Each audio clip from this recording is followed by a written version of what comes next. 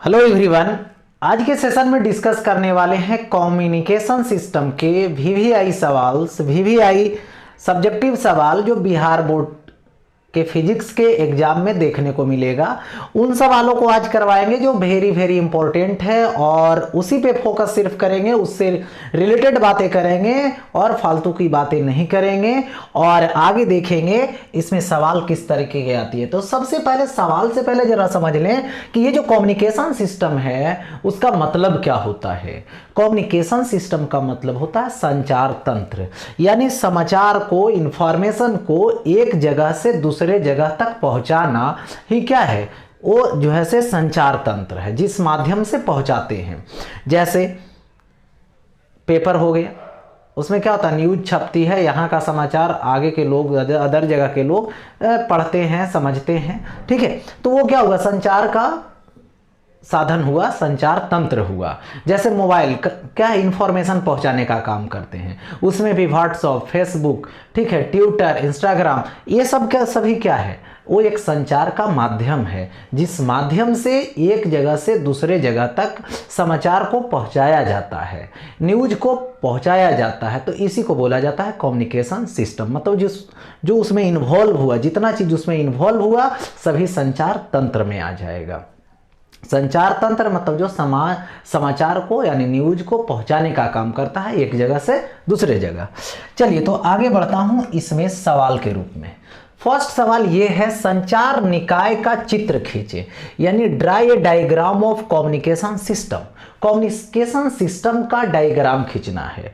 जैसे अभी लेटेस्ट में मैं बात करूं कि इंफॉर्मेशन पहुंचाने का सबसे जो सिंपल मेथड है वो कैसे करते हैं हम लोग, तुरंत फोन कर देते हैं, टेलीफोन कर देते हैं, मोबाइल यूज कर लेते हैं, ठीक है, जिससे क्या होती है, इंफॉर्मेशन एक जगह से दूसरे जगह पहुंचाया जाता है।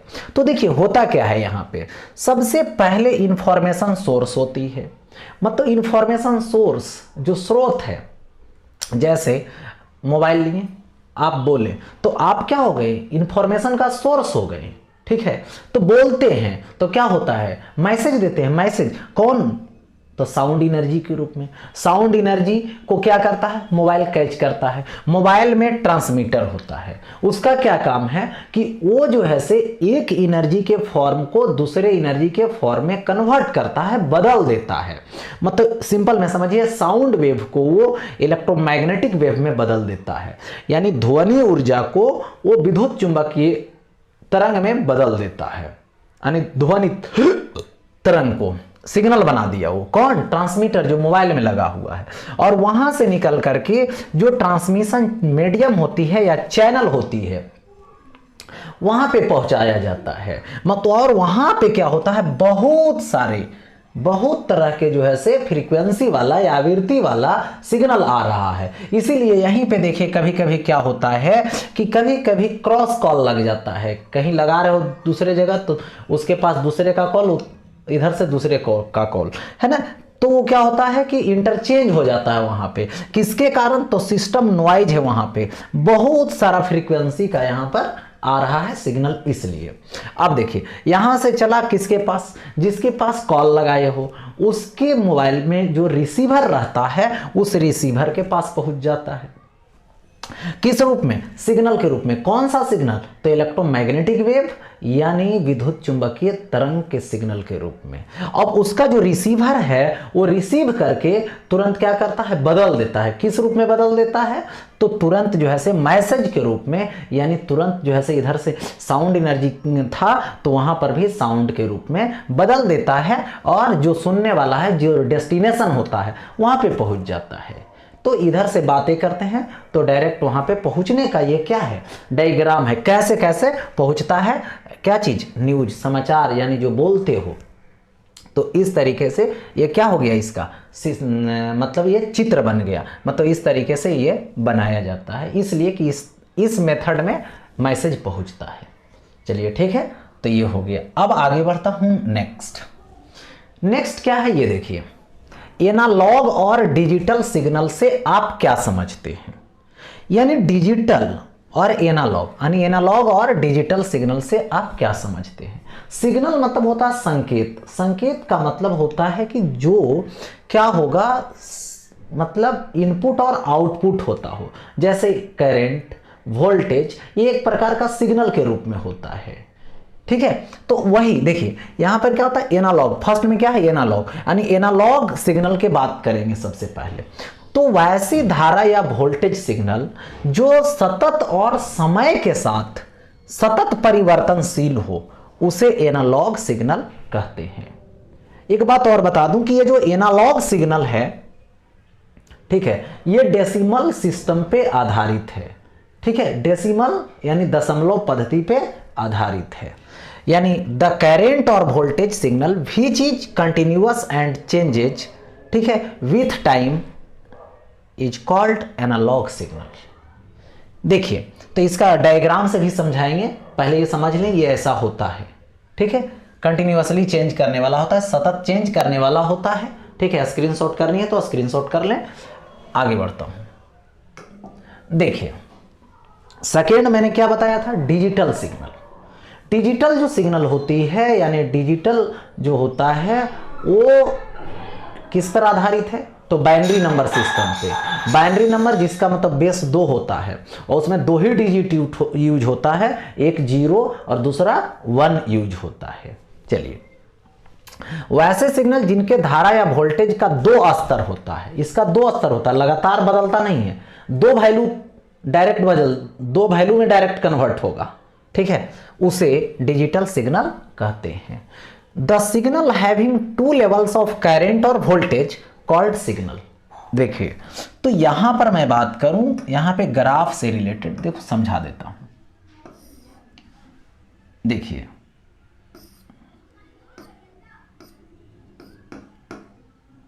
ये I और V है, या तो I यानी धारा या तो वोल्टेज, करंट या वोल्टेज।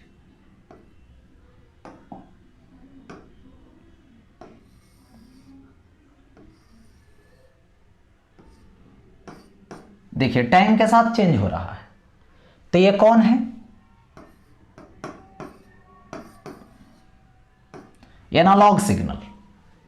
देखिए, एक कंटिन्यूअसली चेंज कर रहा है, टाइम के साथ लगातार चेंज कर रहा है, लेकिन यही डिजिटल में क्या होता है, सो देखिए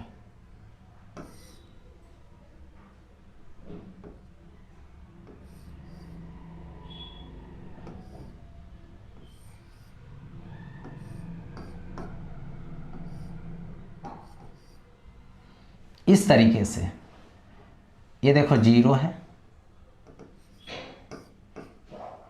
5 वोल्ट है, यहां से यहां तक, इस टाइम तक 5 वोल्ट रहा, फिर इस टाइम से इस टाइम तक क्या रहा, 0 रहा, फिर इस टाइम से इस टाइम तक क्या रहा, 5 वोल्ट, और फिर ये क्या हो गया, 0 हो गया यहां से यहां तक, फिर यहां से यहां तक 5 वोल्ट। तो यानी इस तरीके से ये चेंज करेगा, 0 और 5 वोल्ट, 0 और 5 वोल्ट, 0 या 5 वोल्ट, 0 या 5 वोल्ट, ऐसे चलेगा। ठीक है, कुछ टाइम के लिए 0 है तो कुछ टाइम के लिए डायरेक्ट 5 वोल्ट है, फिर 0 हो गया, मतलब 2 स्तर के बीच इसका चेंजिंग होता है। ठीक है, तो यही क्या होता है, डिजिटल सिग्नल वाला होता है। तो ये हो गया यहां पर डिजिटल कंडीशन में। अब आगे बढ़ो, नेक्स्ट सवाल देखिए, अब आता है यहां पे भू तरंग, व्योम तरंग और आकाशीय तरंग से क्या समझते हैं, यानी what do you mean by ground wave, sky wave and space wave. यानी तीनों को यदि आप डिफाइन कर देते हैं तो हो जाएगा, ये डिफिनीशन लिखनी है। कभी कभी बोलेगा कि इसको एक्सप्लेन करें, ठीक है, इसकी व्याख्या करें।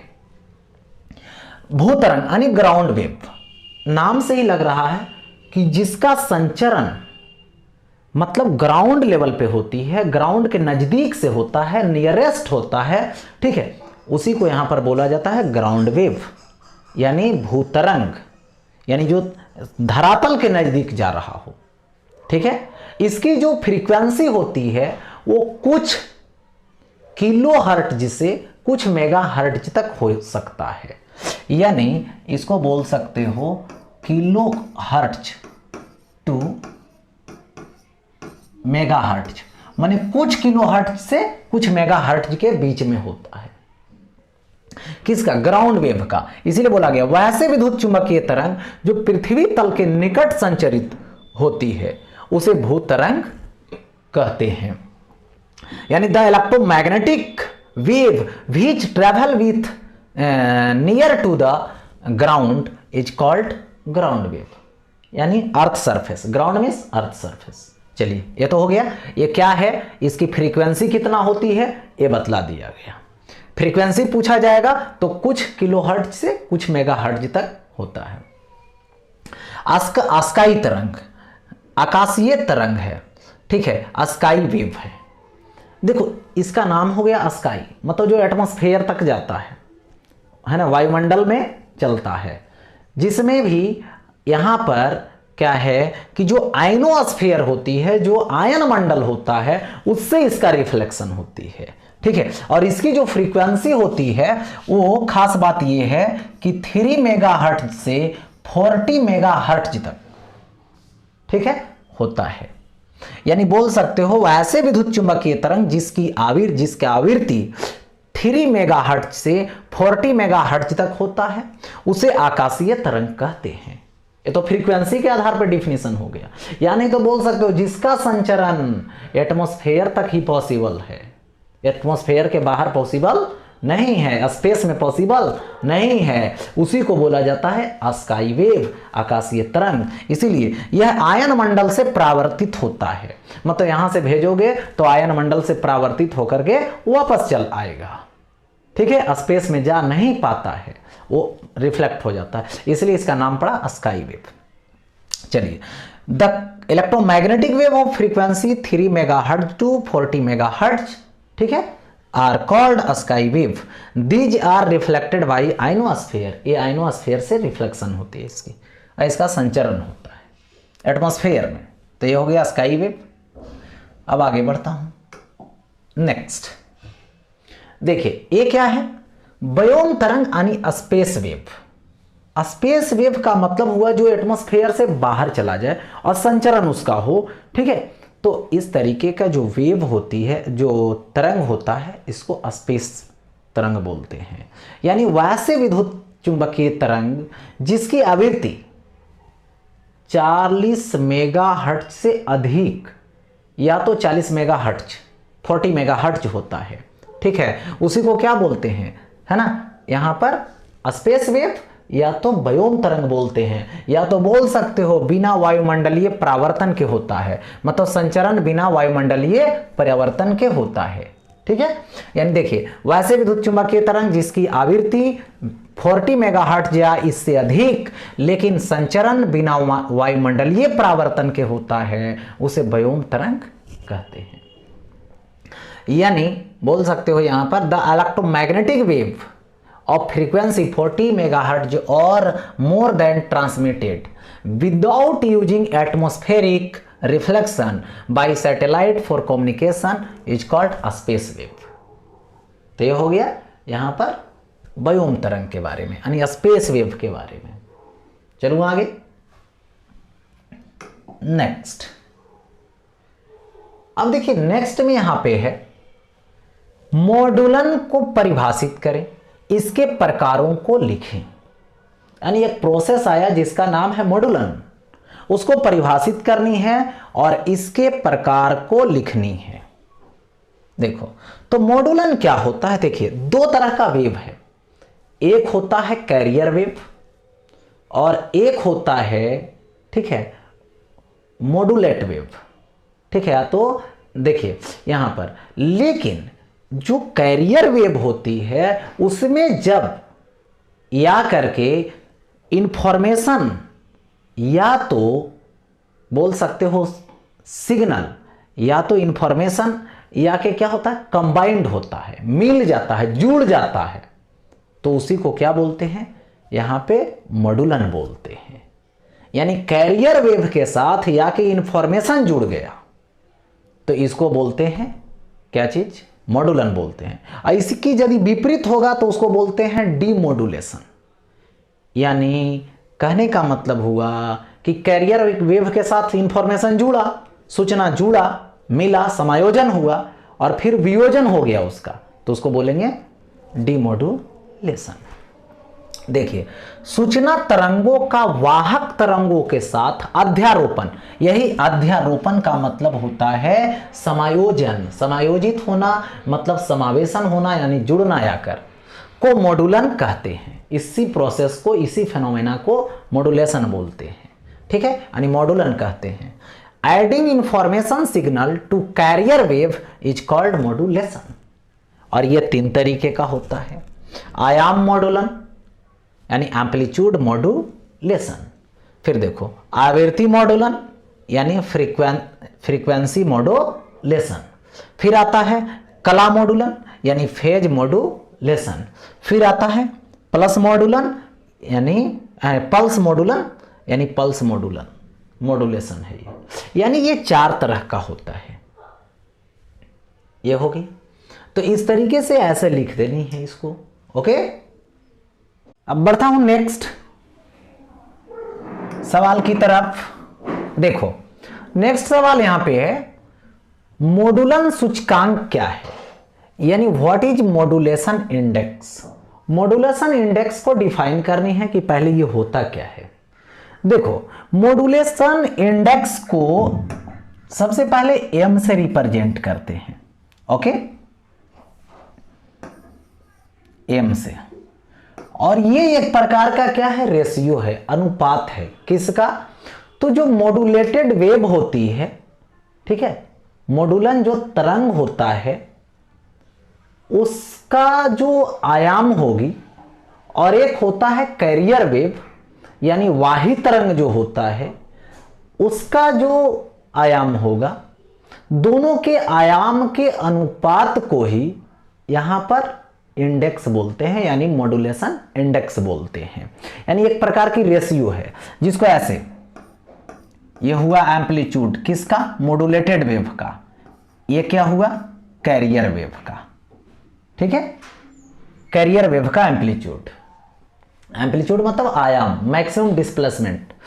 देखिए मॉडुलन सूचकांक यानी मॉडुलेशन इंडेक्स, मॉडुलक तरंग जो होता है मतलब मॉडुलेटेड जो वेव हुआ उसका आयाम और वाही तरंग का आयाम के अनुपात को मॉडुलन सूचकांक कहते हैं, यानी the ratio of amplitude of modulating wave and amplitude of career wave is called modulation index. देखो तो ये आ गया यहां पर ऐसा, जिसमें से AM और AC ये होता क्या है। देखिए AM का मतलब होता है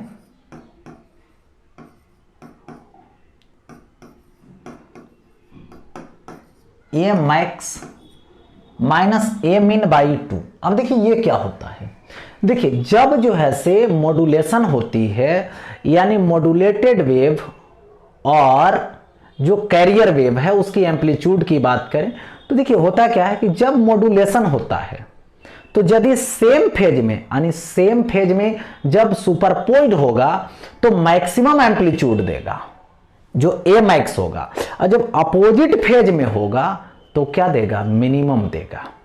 तो मिनिमम एम्पलीट्यूड और ये मैक्सिमम एम्पलीट्यूड कब, जब सुपरपोजिशन होगा, जब मिलेगा, समायोजन होगा मतलब मॉडुलेशन होगा, उस समय की बात है, ठीक है। तो AM is equal to A max minus A min. A max क्या है, जब सेम फेज में सुपरपोजिशन होगा, A मिनिमम मतलब अपोजिट फेज में जब सुपरपोजिशन होगा, बाई 2 कैरियर वेव का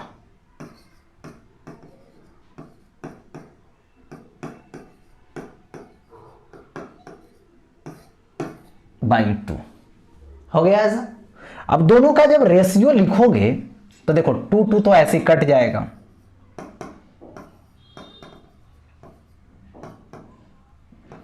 A मैक्स माइनस A मिन बाई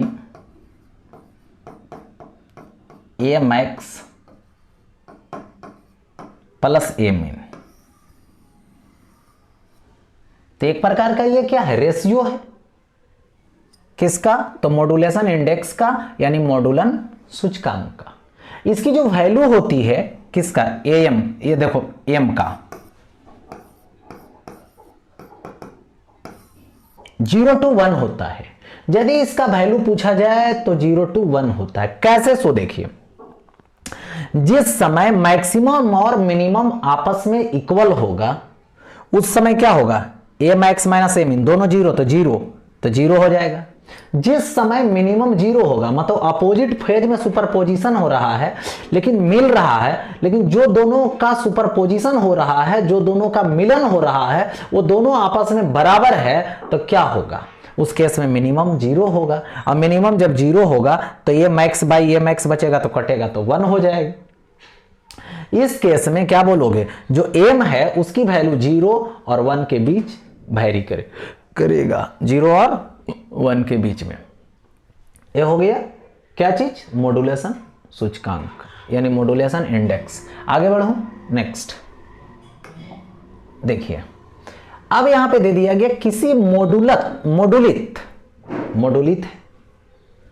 तरंग का अधिकतम आयाम 10 वोल्ट है। देखिए मॉड्यूलित जो तरंग का अधिकतम आयाम है वो 10 वोल्ट है और न्यूनतम आयाम जो है वो 2 वोल्ट है। मॉड्यूलन सूचकांक निकाले। अब सूचकांक निकालना है, देखिए इंडेक्स निकालना है। तो सबसे पहले यहां पे क्या करो,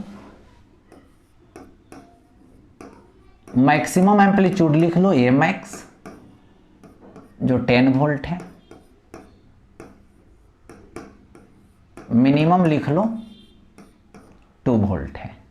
अब क्या निकालनी है, एम निकालनी है। तो क्या कीजिएगा एम निकालने के लिए, देखिए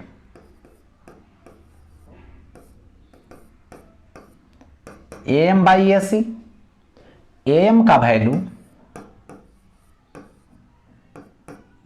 ए max minus A min by A max plus A min. M is equal to A max minus A min by A max plus A min. तो ए मैक्स 10 और minus 2 by A max plus A min होगा, तो A max plus A मिन।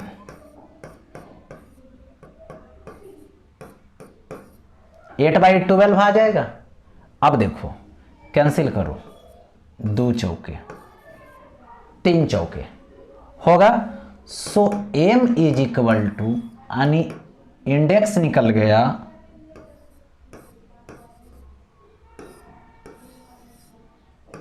2/3।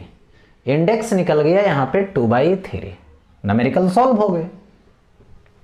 अब आगे बढ़ूं, screenshot करनी है तो कर लीजिए, या तो सवाल बनानी है तो पेन और पेपर यूज करके बनाइए। नेक्स्ट, निम्नलिखित की व्याख्या करें, एक्सप्लेन करें। Explain the following. ठीक है, फर्स्ट क्या है, WW है। WW का मतलब यहां पर होता है, वह इसका नेम पूरा है वर्ल्ड वाइड वेब। एक दूसरी बात, यह कंप्यूटर नेटवर्क है। ठीक है, यानी डिजिटल नेटवर्क है ये। इट इज ये नेटवर्क ऑफ कंप्यूटर, या तो डिजिटल नेटवर्क बोल सकते हो गया ये, इसका एक्सप्लेन हो गया। अब देखिए सेकेंड में है फैक्स। अब तो बहुत कम होती है ये।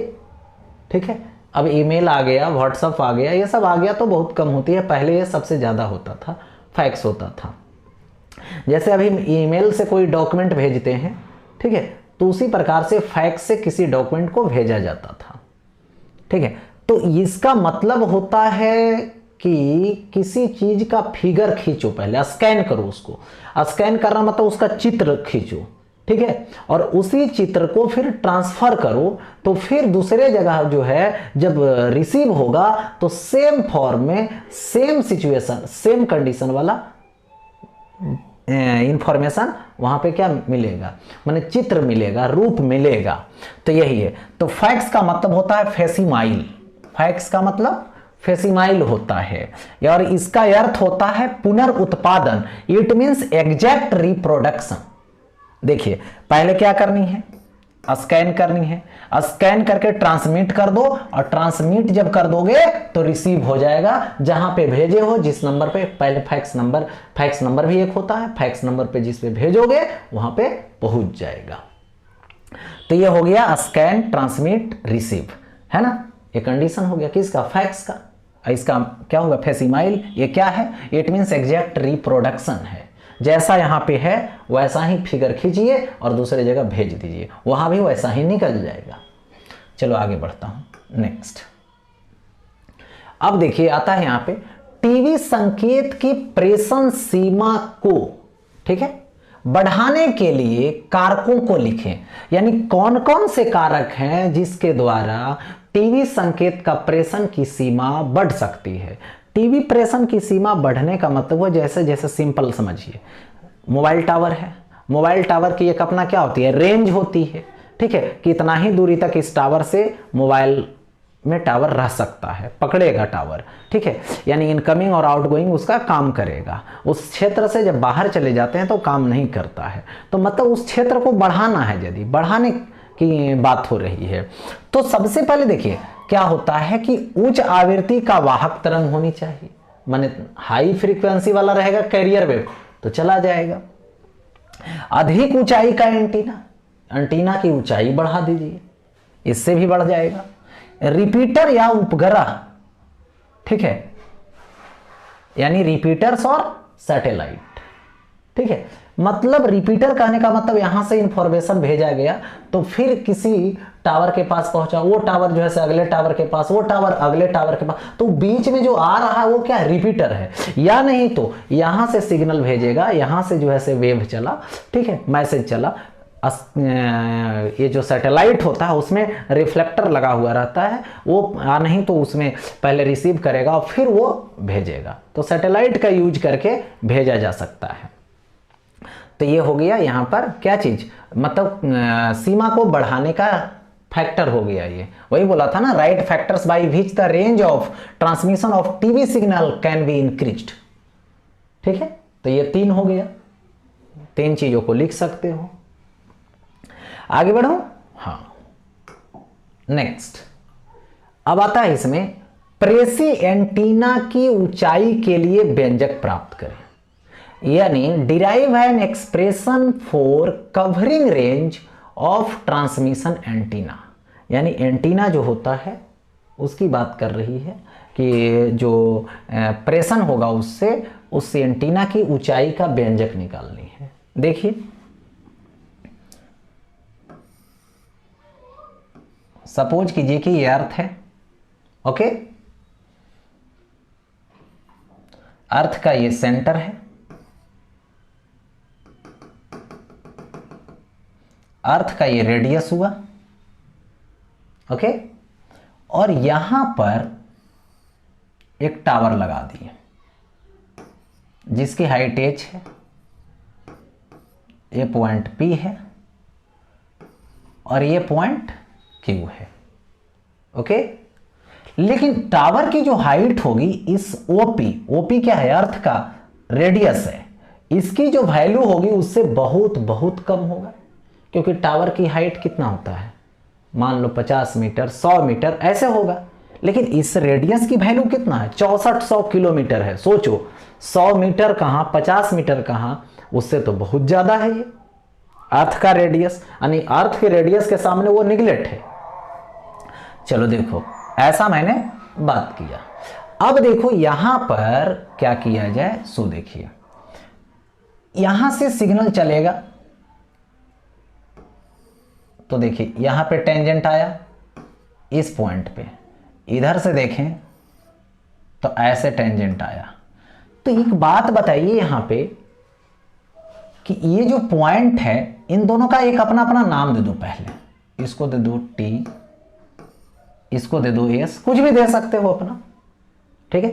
तो यदि सेंटर से ऐसे ज्वाइन कर दें तो ये डिफिनिट है कि 90 डिग्री बनेगा, क्योंकि वहां से टेंजेंशियली आई है, वहां से यहां तक वेव पहुंच रहा है। मतलब इसके अंदर कोई भी माने रहेगा तो सिग्नल पकड़ेगा इतना एरिया में, ठीक है।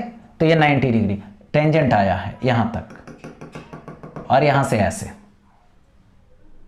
ठीक है, क्योंकि अर्थ कैसा होगा, स्फेरिकल है तो ये कर्व पार्ट होगा, लेकिन ये जो कर्व पार्ट होगा बहुत बहुत कम कर्वेचर लगेगा, ठीक है, प्लेन की तरह ही लगभग लगेगा। ओके, तो यहां से ऐसा मैंने दे दिया। अब देखो ये ट्रायंगल की बात हुई, ये क्या है, एक प्रकार का यहां पे देखो दे दो रेडियस, अर्थ का रेडियस है, तो ये ट्रायंगल हो गया ओ, देखो यहां से ओ क्यू एस या तो O S Q, right angle triangle है। तो राइट एंगल ट्रायंगल है यदि, तो मैं बात करूं सबसे पहले इन triangle O S Q, O S Q में, ओ एस क्यू में ओ क्यू क्या होगा, हाइपोटेनस होगा,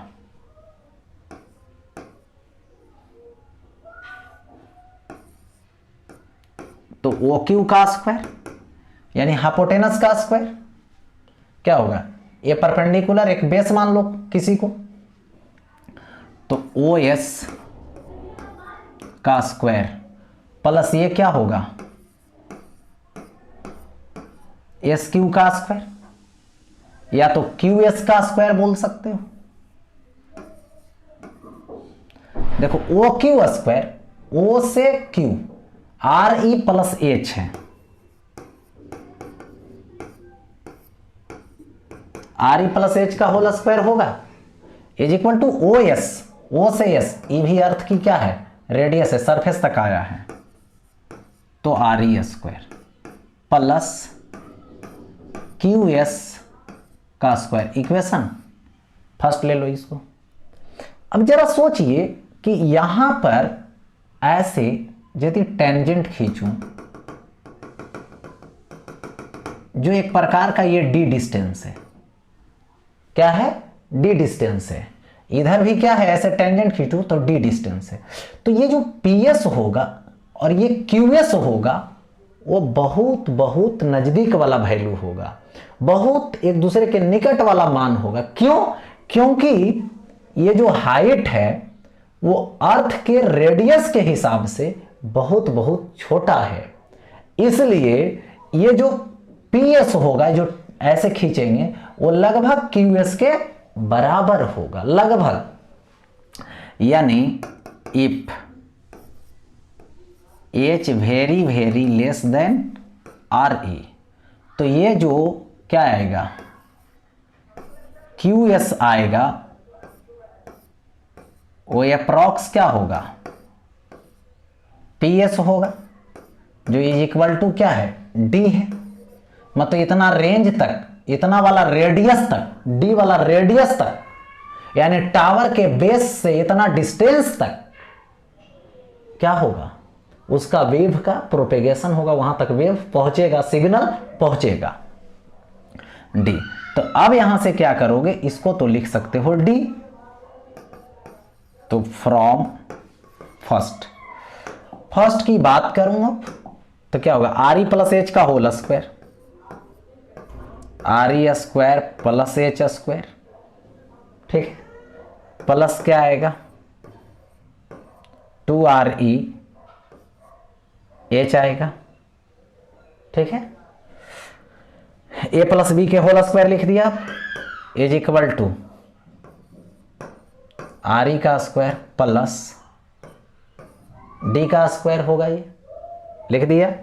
अब यहां से देखो आर ई स्क्वायर प्लस में, तो ये आर ई स्क्वायर चला जाएगा, काम से माइनस हो जाएगा तो जीरो बना देगा इसको। तो यहां से देखिएगा यदि H square plus 2REH is equal to D square होगा, ओके। तो अब देखो ये तो हो गया। अब इस RE के सामने इस H का वैल्यू क्या है, बहुत बहुत छोटा है, तो बहुत छोटा है तो ये क्या हो जाएगा, बहुत बहुत छोटा हो जाएगा, तो इसको हटाना पड़ जाएगा। इसको जब हटाएंगे तो यहां से D square is equal to कितना आएगा, 2REH। So H is equal to D square by RE। यही तो फॉर्मूला डिराइव करनी थी। अब पूछा जाता कितना एरिया में ये जो है से प्रसारण कर रहा है, कितना एरिया में सिग्नल भेज रहा है, तो एरिया इज इक्वल टू, ये चारों तरफ ऐसी ऐसी भेजेगा तो एक प्रकार से चारों तरफ से क्या बना लेगा, सरफेस पर सर्कल बना लेगा। ठीक है, तो वो जो सर्कल बनेगा उसकी एरिया क्या होगी, पाई डी स्क्वायर होगा। ओके, देखो तो area is equal to pi D square यानी 2 REH। So area A is equal to 2 pi REH। हो गया, ये एरिया निकल गया। ठीक है, और यदि वहां पे डेंसिटी दे देता लोगों का तो उसकी भी मतलब एरिया निकल गया, और एरिया जो है पर यूनिट एरिया में नंबर ऑफ पॉपुलेशन दे देगा तो उसका भी पॉपुलेशन भी निकल जाएगा, कितना पॉपुलेशन इसका लाभ उठा सकता है। ठीक है, तो सबसे पहले तो यहीं तक बोला, सिर्फ यहीं तक हम लोग लिखेंगे। एरिया तो मैंने निकाल दिया कि यदि एरिया तक की बात करता कि कितना क्षेत्र में प्रसारण होगा, कितना क्षेत्रफल में प्रसारण होगा उस टावर से, ठीक है, तो उसकी एरिया निकाल सकते हो। और यहाँ पर बोला था हाइट का, तो हाइट का सिर्फ यहीं तक ब्रेक कर देंगे, यहीं पे स्टॉप कर देंगे। ठीक है, तो ये निकालने की मेथड हुई। तो ये हो गया अर्थ के सरफेस पे एच हाइट का ये टावर हुआ PQ, है ना, जो अपने बेस से D डिस्टेंस तक प्रसारण करता है, जहां पे RE क्या है, रेडियस ऑफ अर्थ है। ठीक है, तो ये हो गया कर्व, लगता है कर्व लेकिन यहाँ पे इमेजिन किए, लेकिन लगभग जो है से प्लेन ही दिखता है। ठीक है, प्रैक्टिकली में तो ये हो गया। तो अब आगे देखता हूं इसमें कि नेक्स्ट क्या है। तो आज का सवाल यहीं पे समाप्त होती है। इतना ही इंपॉर्टेंट सवाल है किसमें, तो ये कम्युनिकेशन सिस्टम का, और एक कम्युनिकेशन सिस्टम का पार्ट समाप्त होती है, फिर इसका ऑब्जेक्टिव पार्ट आएगा, और इसके साथ बिहार बोर्ड से रिलेटेड जितने भी सब्जेक्टिव ऑब्जेक्टिव सवाल थे वो लास्ट हो जाएंगे। ओके, इतना यदि तैयारी कर लेते हैं तो आपका एग्जाम अच्छे से निकल जाएगा।